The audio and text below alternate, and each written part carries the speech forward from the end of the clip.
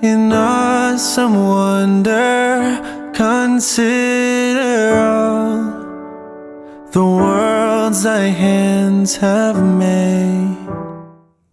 Saudara-saudara yang dikasihi Tuhan, tema perenungan kita malam ini yaitu mengutamakan Tuhan.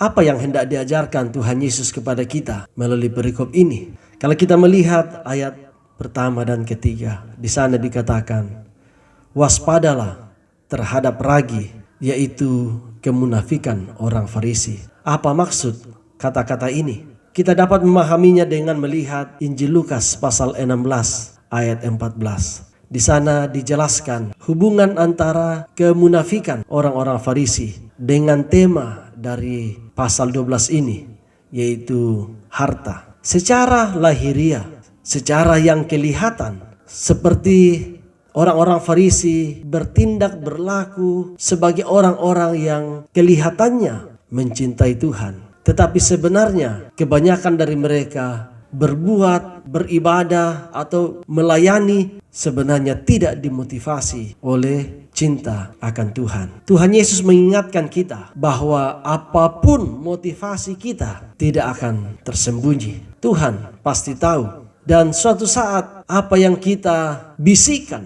di dalam kamar, apa yang kita pikir tidak didengar orang lain, akan diberitakan dari atas atap rumah. Karena itu saudara-saudara, berbahagialah setiap orang ketika apa yang dipikirkan, yang dikatakan, entahkah untuk pribadi atau dikatakan di depan banyak orang, sungguh wujud dari cinta yang dalam kepada Tuhan. Itu pelajaran yang pertama. Yang kedua, ayat 4-9. Di ayat 8 dan 9 dikatakan, Tuhan Yesus bersabda, aku berkata kepadamu, setiap orang yang mengakui aku di depan manusia, anak manusia juga akan mengakui dia di depan malaikat-malaikat Allah.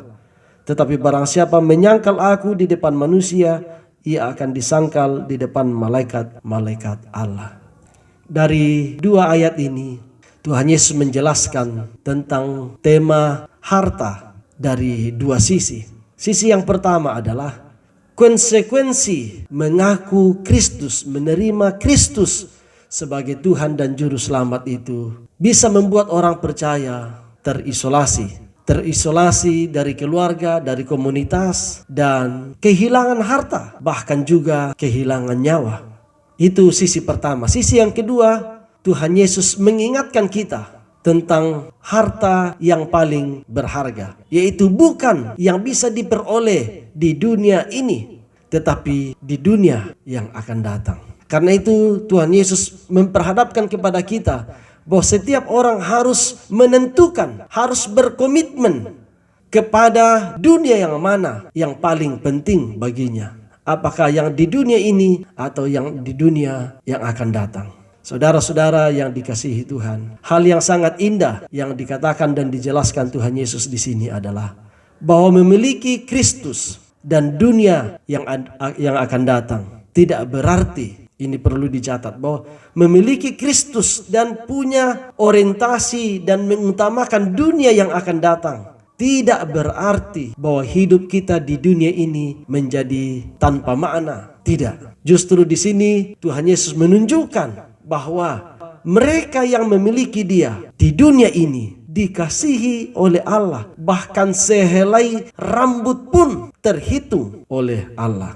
Ini yang ditegaskan Tuhan Yesus, bahwa ketika kita memiliki Kristus dan mengutamakan dunia yang akan datang itu, di dunia yang sekarang ini kita dikasihi oleh Tuhan, dan Tuhan memelihara, menjaga, dan melindungi kita. Karena itu saudara-saudara, apa yang dikatakan Tuhan Yesus ini hendak mengajak kita belajar, berserah, mengutamakan Dia dalam kehidupan kita. Belajar menyerahkan kepadanya segala yang di dunia ini banyak orang pikir telah memperolehnya, tetapi sebenarnya sesuatu yang tidak dapat kita pertahankan. Tuhan Yesus mengajar kita untuk apapun yang bisa dimiliki di dunia ini, belajar menyerahkannya kepada Tuhan, sehingga kemudian kita dapat memperoleh sesuatu yang dengan usaha dan tenaga kita tidak dapat raih, yaitu kehidupan di dunia yang akan datang.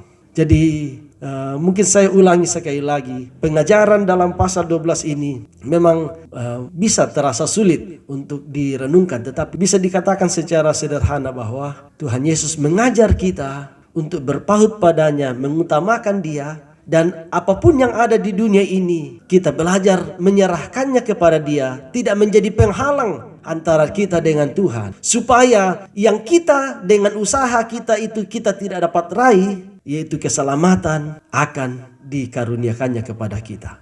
Jadi sesuatu yang sepertinya kontras, tetapi inilah kebenarannya. Di sini kita belajar berserah untuk sesuatu yang sepertinya kita dapat peroleh dan pertahankan, tetapi kebenarannya tidak dapat dipertahankan.